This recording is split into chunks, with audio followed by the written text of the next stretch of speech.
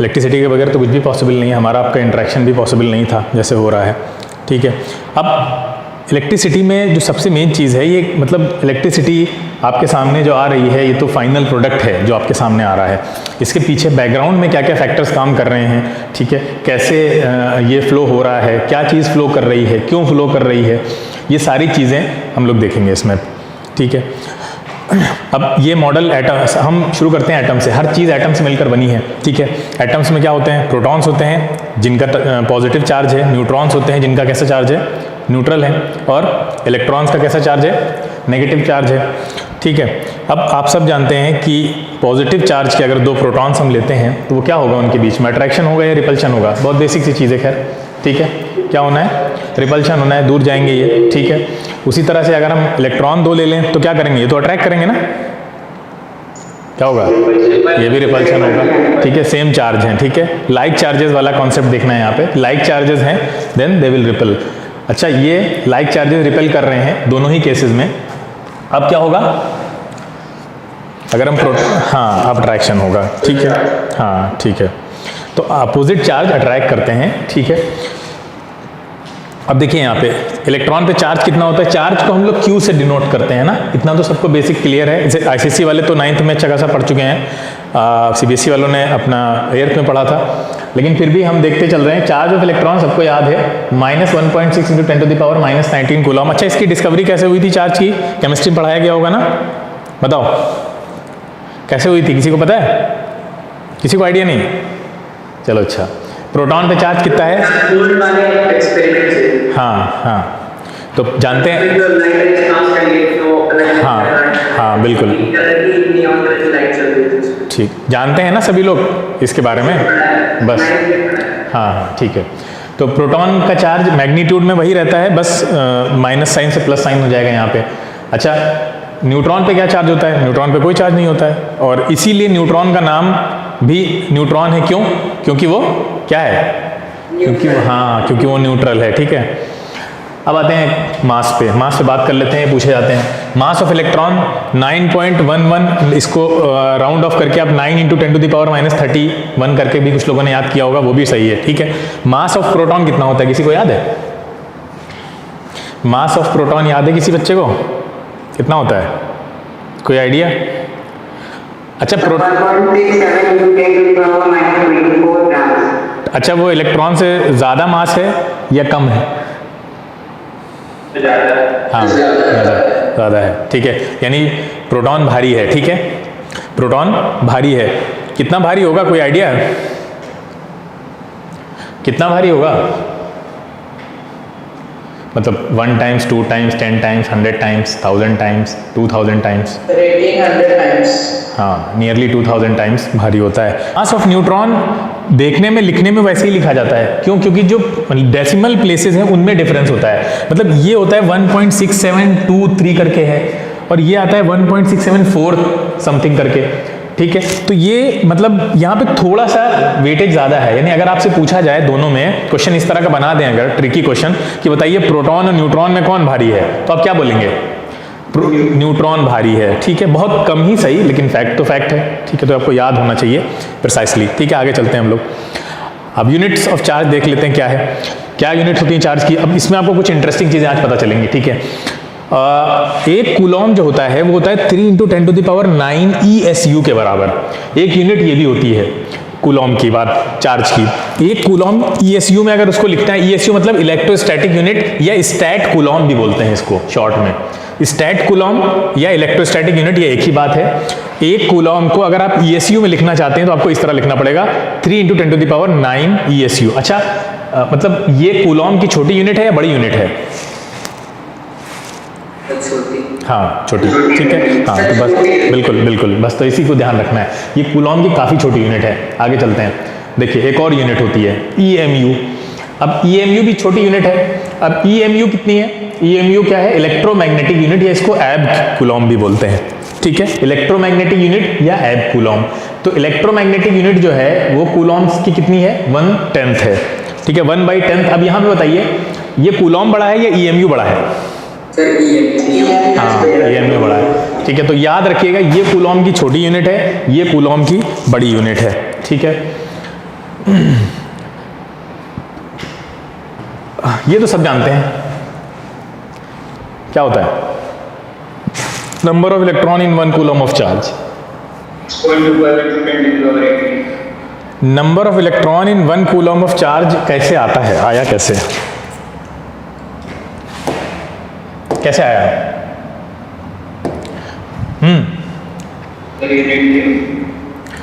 मतलब ये कहाँ से लाया, मतलब ये जो भी तुम लोग बता रहे हो कहाँ से आया? ये है तो यही सही है, 6.25 × 10⁻18 इलेक्ट्रॉन्स, ये कहाँ से आया? हमने कैसे कैलकुलेट किया इसको? हाँ ठीक है, पता है। फिर एक इलेक्ट्रॉन का चार्ज हमें पता है, कितना होता है एक इलेक्ट्रॉन का चार्ज? 1.6 × 10⁻−19। एक इलेक्ट्रॉन का चार्ज पता है, उससे ये कैसे निकाला हमने, बताइए।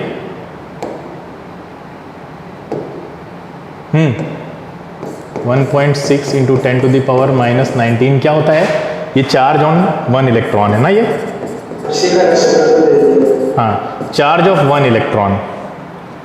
ये पूछ रहा है number of electron in 1 coulomb of charge. हाँ, Q = Ne। ठीक है, एक फॉर्मूला होता है Q = Ne। यहां से N निकालेंगे तो क्या आएगा आपका, बोलिए? Q/E आएगा। ठीक है, तो 1 कूलम की बात कर रहे हैं हम लोग, तो यहाँ 1 हो जाएगा ऊपर, है ना, Q की जगह पे। नीचे क्या हो जाएगा? 1.6 × 10⁻−19। तो ऊपर ले जाएंगे, इसको कैलकुलेट करेंगे तो कितना आ जाएगा? यही आ जाएगा ना, या इसको ऊपर ले जाओगे, इसको ऊपर ले जाओगे, कैलकुलेट करोगे तो ये इतना आएगा ना तुम्हारे पास। अगर आप यहाँ से 10 निकाल लीजिए तो 1.6 यहाँ है, ये हो जाएगा 10 × 18, ये 100, तो 16 6 पॉइंट समथिंग आ जाएगा यहाँ से। तो ये यहाँ से आया है, ये वाला फॉर्मूला याद रखना है। नंबर ऑफ इलेक्ट्रॉन अगर आपको निकालने हैं तो Q = Ne से निकालेंगे हम। आगे चलते हैं। हाँ, अब ये एक बात बताइए, एक और बहुत इंटरेस्टिंग चीज़ क्या पूछ रहा है यहाँ पे, देखिए ज़रा क्या लिखा हुआ है। Charge on 1 mole of electron. अगर पूछ ले हमसे 1 मोल में कितने, अच्छा मोल वर्ड कहाँ सुना है तुमने? केमिस्ट्री में? केमिस्ट्री में सबने मोल वर्ड सुन रखा है? अभी भी कुछ बच्चे ऐसे हैं जो जिनको सुनना बाकी है, बताइए जरा। सबने सुन रखा है मोल? क्या सुना है? हाँ, मोल होता क्या है? मोल मतलब क्या? हाँ, जैसे कि अगर कोई अगर तुम उसको किसी और से मिसाल देना चाहो, एग्जाम्पल देना चाहो तो किससे दोगे? जैसे कि हाँ, डजन, बिल्कुल सही। 1 दर्जन में 12, हाँ 12, 1 दर्जन में 12 केले होते हैं, तो नंबर को दिखा रहा है। तो ऐसे ही 1 मोल में कितने केले आएंगे? हाँ, जिसको हम लोग आवागाड्रो नंबर ही बोलते हैं शायद, हैं? हाँ हाँ। तो अच्छा बताओ, यहाँ पे अगर हम फॉर्मूला बनाना चाहते हैं 1 मोल ऑफ इलेक्ट्रॉन का, तो क्या बनेगा? केमिस्ट्री लगा के बताओ खाली, क्या बनेगा? वहाँ क्या बताते थे फॉर्मूला? आवागाड्रो नंबर अपॉन या इनटू? अरे हाँ, इनटू ये होता था, Avogadro number into charge on 1 electron. आपको अगर ये पता करना है कि 1 मोल इलेक्ट्रॉन में कितना चार्ज होगा, तो क्या करेंगे आप? उसके आवागाड्रो नंबर को उसके चार्ज से मल्टीप्लाई कर देंगे। सिंपल, बोलो, क्लियर है ना? बिल्कुल केमिस्ट्री वाला ही फॉर्मूला लगा, अगर आप ध्यान से दें, समझे तो। अगर आपसे पूछ लेता है कि charge on 1 mole of electron कैसे निकालेंगे, तो आप जैसे 1 मोल के लिए वहां कैलकुलेशन करते थे, सेम कैलकुलेशन यहां करेंगे। आवागाड्रो नंबर को लाना पड़ेगा क्योंकि मोल आया है, और चार्ज ऑफ इलेक्ट्रॉन लाना पड़ेगा क्योंकि वो चार्ज के बारे में ही पूछ रहा है हमसे। अच्छा, इसको मल्टीप्लाई करेंगे, कितना आंसर आएगा? क्या रखें सबसे पहले? आवागाड्रो नंबर क्या रखें? ये रखें 6.02 × 10⁻23 multiplied by charge of 1 electron, कितना? 1.6 × 10⁻−19 कूलम। ये कितना दे देगा हमें? इसको कैलकुलेट करेंगे तो कितना आएगा? देखो 16 6 कितना होता है? 96 होता है। देखो डायरेक्ट कैसे करते हैं, डायरेक्ट करने का तरीका सीखो। 16 6 96। अब 96 इधर बचेगा, और इधर देखिए 10⁻23 और -19 से कट के कितना बचेगा हमारे पास? 1000 1000 10,000 10,000, 4 जीरो बचेंगे ना यहाँ पे। इसका मतलब 96 के आगे 4 जीरो मिलेंगे आपको अप्रॉक्सीमेट। अगर आप ओरली देखो कुछ ऐसा आएगा, ये अप्रॉक्स वैल्यू है, ठीक है। अब देखिए यहाँ पे ये एक्चुअली ये 96 नहीं था, 9.6 था ना, 1.6 इंटू 6 कर रहे थे, तो 9.6 होगा, तो 4 जीरो में से एक तो उसके 9.6 के जीरो उसको पॉइंट को ही बैलेंस कर देगा, बाकी ये आएगा। ये वैल्यू है charge on 1 mole of electron, approx value है charge on 1 mole of electron. अगर पूछा जाता है तो हमारी ये वैल्यू निकल के आती है। इसको आप डायरेक्ट भी याद रखना है आपको कि अराउंड आपकी 96,000 के अराउंड रहती है इसकी वैल्यू। इसको एक और बहुत स्पेशल नाम से जाना जाता है और वो नाम पूछा जा सकता है। इसको क्या बोलते हैं? इसको बोलते हैं 1 फैराडे, क्योंकि फैराडे भाई साहब ने ये सब बताया था, तो इसको बोला जाता है 1 फैराडे। किसको? Charge on 1 mole of electron का एक शॉर्ट नेम है। क्या नाम है उसका? 1 फैराडे, ठीक है। चलिए आगे चलते हैं। अब मास और चार्ज के बीच में क्या डिफरेंस है, बहुत जल्दी जल्दी देख लेते हैं। चार्ज आपको पता है पॉजिटिव नेगेटिव दोनों हो सकता है, मास भी नेगेटिव हो सकता है? नहीं ना, मास कभी भी नेगेटिव नहीं होगा। और यही रीज़न है किस चीज़ के लिए कि चार्जेस जो है वो दोनों तरह के होते हैं, इसलिए वो रिपल्शन और अट्रैक्शन दोनों शो करते हैं। मास दोनों तरह का नहीं होता, इसलिए मास सिर्फ और सिर्फ क्या शो करता है? अट्रैक्शन शो करता है, ठीक है। मास सिर्फ और सिर्फ अट्रैक्ट करेगा। अगली बात कि चार्ज हमेशा कंजर्व रहता है। कंजर्व का मतलब क्या होता है? कंजर्व का मतलब ये होता है कि आप कोई नया चार्ज पैदा नहीं कर सकते, क्रिएट नहीं कर सकते। मतलब ये है, आपको पता है ना, एक एटम में जितने नंबर ऑफ इलेक्ट्रॉन होंगे उतने ही नंबर ऑफ प्रोटॉन होते हैं, तो वो एटम क्या कहलाता है? इलेक्ट्रिकली न्यूट्रल कहलाता है। बोलो, एक एटम के अंदर अगर नंबर ऑफ प्रोटॉन और नंबर ऑफ इलेक्ट्रॉन बराबर है तो वो इलेक्ट्रिकली न्यूट्रल है। और सारी दुनिया में जितने भी पार्टिकल्स हैं, जितने भी एटम हैं, हम हैं, आप हैं, हम सबके अंदर चार्जेस हैं या नहीं है? बताइए, हैं? है ना भाई, हमारे एटम में होंगे ना, लेकिन क्या है, हमारे अंदर जितने नंबर ऑफ इलेक्ट्रॉन है उतने ही नंबर ऑफ क्या है? प्रोटॉन है। इसका मतलब क्या है? हम इलेक्ट्रिकली न्यूट्रल हैं, हम सारे ही। तो जितने भी पार्टिकल्स हैं यहाँ पे दुनिया में, वो सब क्या है? इलेक्ट्रिकली न्यूट्रल हैं, ठीक है। तो कंजर्वेशन ऑफ चार्ज का मतलब ये है कि चार्ज, एक नया चार्ज आप यूनिवर्स में बना नहीं सकते और ना ही वहां से डिस्ट्रॉय कर सकते हैं। इसको बोलते हैं कंजर्वेशन ऑफ चार्ज। अच्छा बताओ, मास भी कंजर्व होता है क्या? क्या मास भी कंजर्व होगा? हाँ होगा, हैं? मास कंजर्व नहीं होता है। अब तक तो यही पढ़ते थे मास कंजर्व होता है, लेकिन हमने आप लोगों को लास्ट ईयर उसका इक्विवेलेंस प्रिंसिपल पढ़ाया था। याद है किसी को? इक्विवेलेंस प्रिंसिपल संडे वाली क्लास में होता था, मास एनर्जी इक्विवेलेंस प्रिंसिपल, नहीं याद है? ठीक है, आइंस्टाइन ने आके बताया हमको कि मास को डिस्ट्रॉय किया जा सकता है, और मास डिस्ट्रॉय होकर किस में कन्वर्ट हो जाता है? एनर्जी में, ठीक है। हाँ, तो मास कंजर्व नहीं है, ठीक है। मास आपको डिस्ट्रॉय होकर उतने ही अमाउंट में एनर्जी दे देगा। आगे चलते हैं हम लोग। अगला पॉइंट है, इट इज क्वांटाइज्ड। क्वांटाइज्ड का मतलब क्या होता है, कोई जानता है? हाँ, क्वांटाइज का मतलब ये होता है कि वो एक फिक्स पैकेट में पाया जाता है। जैसे कि केला लेने आप गए, आप 1 केला ले सकते हैं, 2 ले सकते हैं, 1 दर्जन ले सकते हैं, 2 दर्जन ले सकते हैं, सारे पॉसिबल हैं। लेकिन क्या आधा केला मिलेगा? बोलो, नहीं मिलेगा। आधा केला नहीं मिलेगा, 1.5 नहीं मिलेगा, 3.5 नहीं मिलेगा, है ना? बोलो, ये ऐसे पॉसिबल नहीं है वैल्यूज। तो केला जो है वो क्वांटाइज्ड है, इंटीग्रल मल्टीपल है, 1 2 3 में आप जाएंगे आगे तो मिलेगा आपको। चार्ज के साथ भी ये दिक्कत है। चार्ज के साथ ये है कि चार्ज जब आप देखेंगे चार्ज को, तो चार्ज इंटीग्रल मल्टीपल में पाया जाता है। Charge 1.6 into 10 to the power 19, ये इसका एक पैकेट है। अगला पैकेट बनाना है तो इसको आप 2 से मल्टीप्लाई कीजिए। 3 पैकेट चाहिए तो 3 से मल्टीप्लाई कीजिए, 4 चाहिए तो 4 से मल्टीप्लाई कीजिए। अच्छा, जब भी मल्टीप्लाई करेंगे तो 10 टू द पावर -19 बदलेगा या 1.6 बदलेगा? क्या बदलेगा? 1.6। इसका मतलब 1.6 का टेबल चलता चला जा रहा है, 1.6 के मल्टीपल्स बन रहे हैं। इसका मतलब चार्ज, आप जब भी चार्ज को लेंगे तो 1.6 के मल्टीपल होना चाहिए, नहीं? बताइए। हाँ, चार्ज हमेशा 1.6 का मल्टीपल होगा, याद रखिएगा। और 10 टू द पावर -19 तो रहेगा ही साथ में, ये ऑब्वियस सी बात है। जैसे हम आपसे पूछें अगर कि 5.4 इंटू 10 टू द पावर -19, क्या ये चार्ज एग्जिस्ट करेगा? करेगा? यार ये 16 का टेबल याद करो तुम लोग, 16 का, 16 के टेबल में आता है 54, नहीं आता है ना, तो कैसे करेगा, नहीं करेगा, इम्पॉसिबल है। ठीक है, क्लियर है, बोलो। अच्छा 6.4 करेगा, हाँ 6.4 करेगा, ठीक है। अच्छा ये बताओ 11.2 करेगा,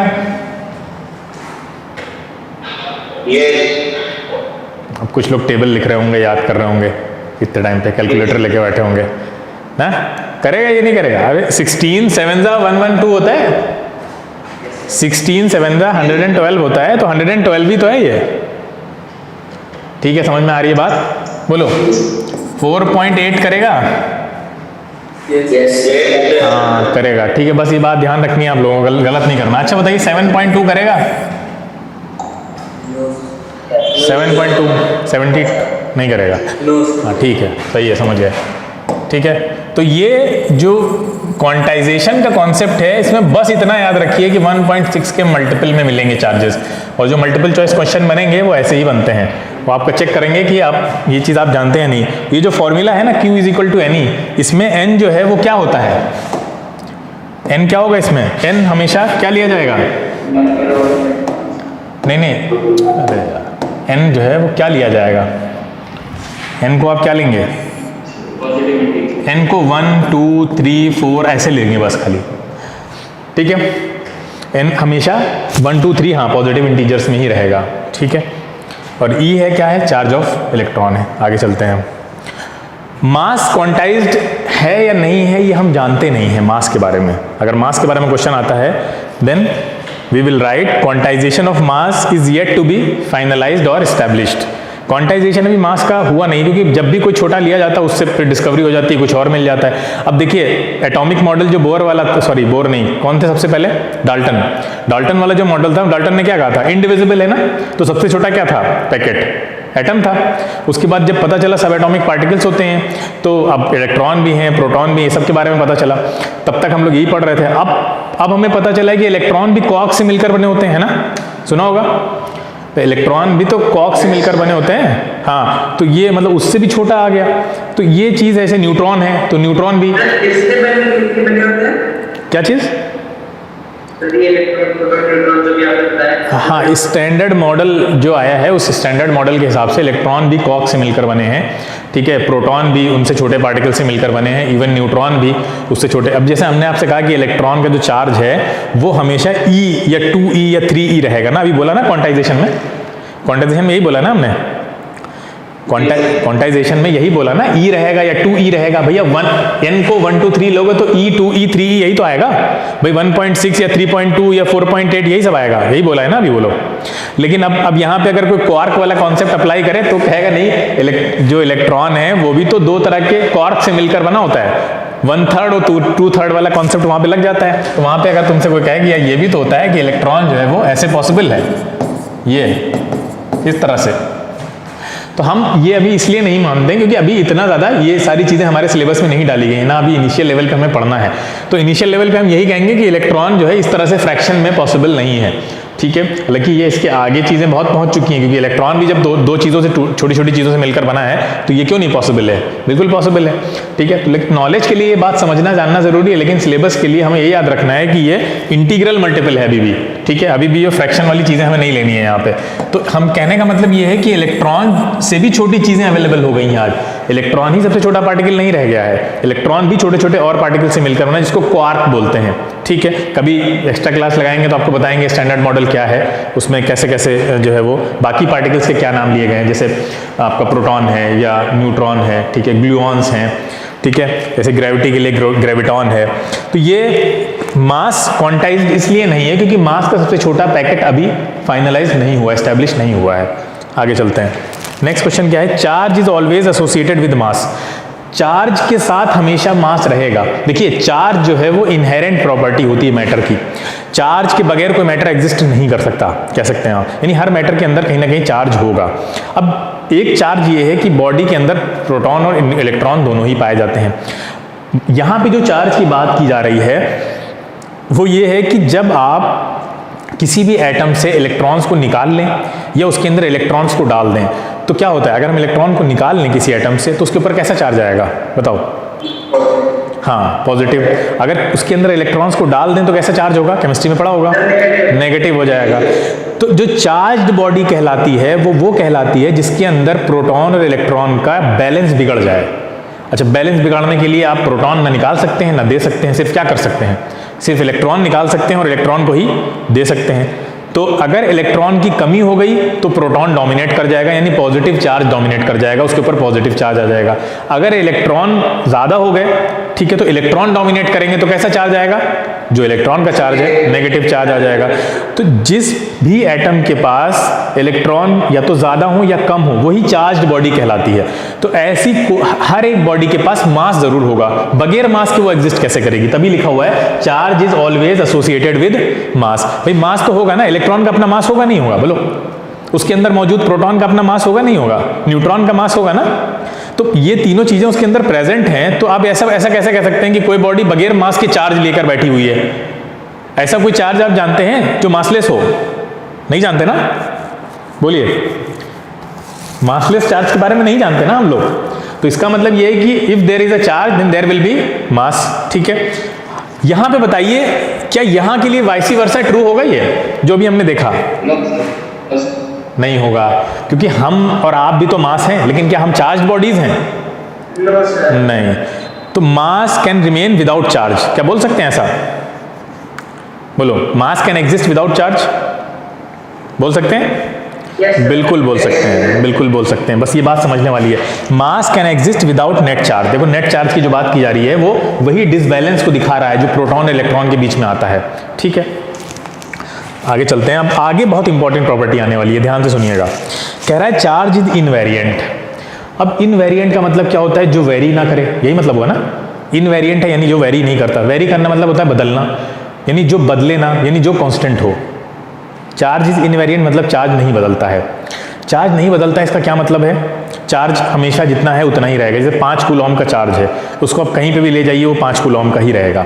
लेकिन मास के साथ ऐसा नहीं होता है, मास वेरी करता है। आपको पता है ना कि अगर कोई ऑब्जेक्ट स्पीड ऑफ लाइट के करीब पहुंच जाए, स्पीड ऑफ लाइट से चलता रहा है, तो उसका मास चेंज होगा। सुना है? मास चेंज हो जाता है, हाँ। तो मास उसका बदल जाएगा, ठीक है। क्या होगा? बढ़ जाएगा, कम हो जाएगा? हाँ, मास बढ़ने लगेगा ना। इसीलिए कहा जाता है कि कोई भी बॉडी के लिए स्पीड ऑफ लाइट से ट्रेवल करना नामुमकिन है, क्योंकि उसका मास कितना हो जाएगा। फॉर्मूला क्या है, किसी को याद है? किसी को फॉर्मूला याद है? क्या होता है? अरे बताओ भाई,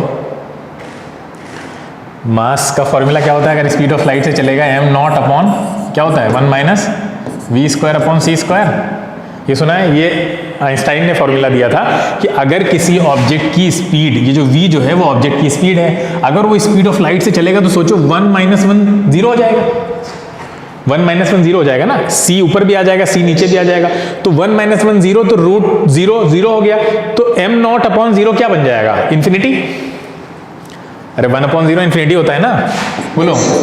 1 अपॉन 0 ये इन्फिनिटी बन जाएगा। इसका मतलब ये है कि अगर कोई ऑब्जेक्ट स्पीड ऑफ लाइट से चलेगा तो उसका मास कहाँ जा रहा है? इन्फिनिटी को पहुंच रहा है, जो कि नियर इम्पॉसिबल है।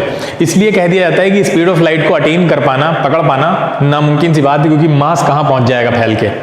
तो कहने का मतलब ये समझाने का कि मास जो है वो वेरी कर सकता है अगर आप उसकी मोशन को बढ़ा दें। लेकिन अब यहाँ पे सुनो, अगर हम दो बॉडीज को दौड़ा रहे हैं, दो बॉडीज हैं, ठीक है, मान लीजिए एक है m1 एक है m2, ठीक है, और इसके ऊपर +5 कूलॉम का चार्ज है, ठीक है। तो और ये दोनों स्पीड ऑफ लाइट से चल रही हैं। तो स्पीड, और मान लो या m1 खाली स्पीड ऑफ लाइट से चल रहा है, तो m1 का जो मास है वो तो m2 को चेंज होता हुआ दिखेगा अगर वो स्टेट ऑफ रेट से देख रहा होगा। लेकिन क्या ये 5 कूलॉम चार्ज ही बदलेगा? अगर वो स्पीड ऑफ लाइट को पकड़ेगा तो चार्ज पे कोई असर नहीं पड़ेगा। कहने का मतलब ये है चार्ज में कोई चेंज नहीं आने वाला है किसी भी तरह का, ठीक है। तो मास चेंज होता है अगर आप स्पीड ऑफ लाइट के करीब ले जाते हैं, लेकिन चार्ज नहीं बदलते। इसीलिए यहाँ पे लिखा हुआ है चार्ज इज इनवेरिएंट। चार्ज का इससे कोई लेना देना नहीं कि ऑब्जेक्ट कितनी स्पीड से आगे पीछे मूव कर रहा है, ठीक है। तो ये कुछ डिफरेंसेस थे, इनको याद रखिएगा, ठीक है। ये नोट्स तो पहुँच ही जाएंगे आपके पास। इसमें किसी के पास किसी का कोई क्वेश्चन हो तो पूछ सकता है, हम लोग आगे चलते हैं फिर। चलिए आगे चलते हैं। हाँ, अब जो कॉन्सेप्ट हमें पढ़ना है वो है फील्ड का कॉन्सेप्ट। अब चार्ज है, एक चार्ज दूसरे चार्ज पे कैसे फोर्स लगाता है, एक चार्ज दूसरे चार्ज पे कैसे फोर्स लगाता है। जैसे मान लीजिए कोई चार्ज यहाँ पे रखा हुआ है, एक चार्ज बॉडी है, ठीक है, और ये एक नेगेटिव चार्ज बॉडी है।